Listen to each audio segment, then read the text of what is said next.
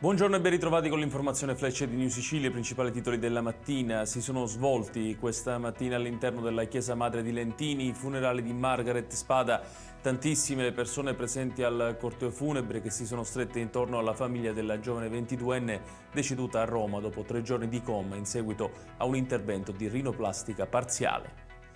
Operazione della Guardia di Finanza di Palermo che ha portato alla revoca di 227 domande di reddito di cittadinanza nei confronti di 75 soggetti che tra il 2019 e il 2023 avrebbero indebitamente richiesto e percepito la misura assistenziale per un totale di oltre 2 milioni di euro.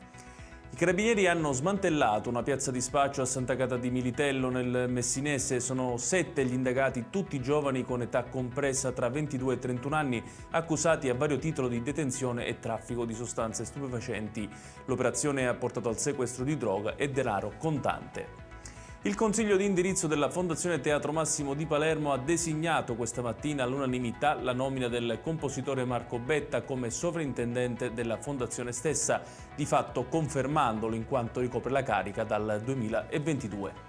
Infine è stata pubblicata l'indagine sulla qualità della vita 2024 realizzata da Italia Oggi, Italian Communications in collaborazione con l'Università Sapienza di Roma.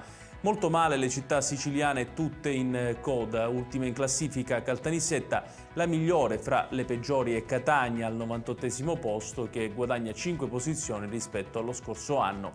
Ed è davvero tutto per questa edizione, tutti i dettagli su queste notizie li trovate come sempre sul nostro sito www.newsicilia.it. Grazie per averci seguito e arrivederci.